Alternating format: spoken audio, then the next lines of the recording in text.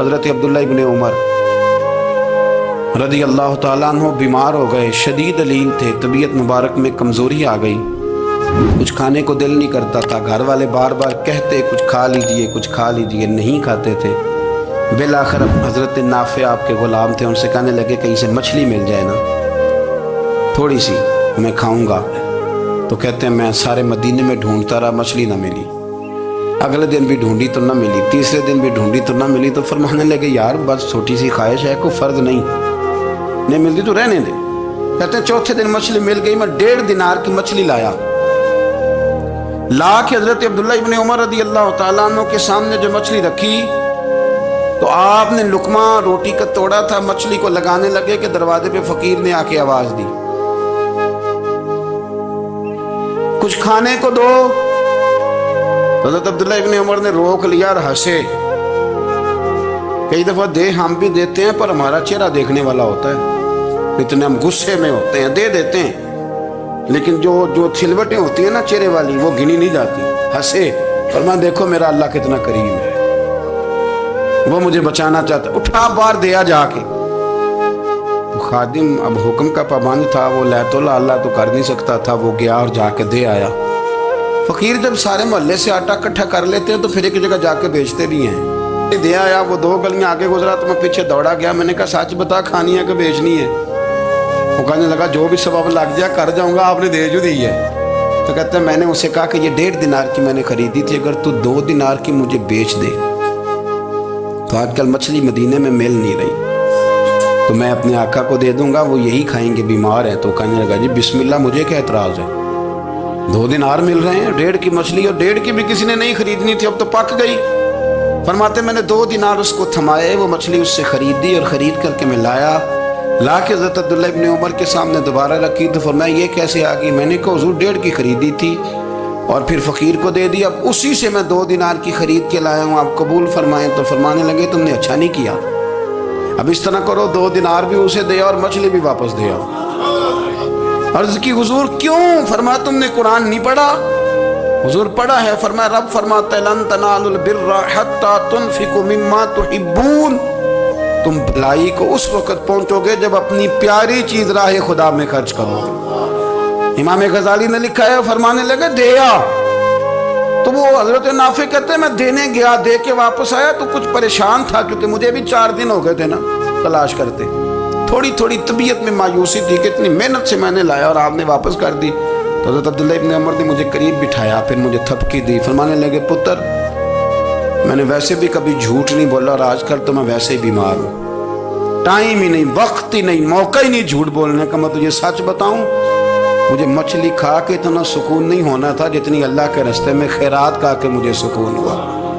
تو تجھے تو میری راحت سے غرض ہے نا کہ مجھے راحت کیسے ہوتی ہے، تو مجھے سکون ملا ہے راہ خدا میں دے، میں نفسانی خواہش پوری کر لیتا تو یہ میرا نفس کل پھر مجھ سے مچھلی مانگتا، پرسوں کہتا نہیں چھوٹے گوشت کی یخنی بھی چاہیے۔ ہم لوگ الجھ گئے ہیں، بہت بڑے قیدی ہیں اپنے آپ کے، بڑے قیدی، سارا دن اپنی خواہشات کی تکمیل میں بھاگے رہتے ہیں، بڑے بڑے سونے نوجوان، میں ان پہ تنقید نہیں کرتا، مجھے ان پہ ترس آتا ہے، جب میں رات کے اندھیروں میں انہیں ٹیلی فون لے کے چوکوں میں کھڑے دیکھتا ہوں تو مجھے رحم آتا ہے، میں کہتا ہوں دیکھو نفس کی خواہش کے پیچھے یہ کیا مثلاً آخر کیا ہے اس میں، ایک عورت کے پیچھے تباہ کر لیا اپنے آپ کو، یعنی زیادہ سے یہ کوئی مقصود ہے، یہ کوئی مقصد حیات ہے جس کو مقصد بنا لیا ہے؟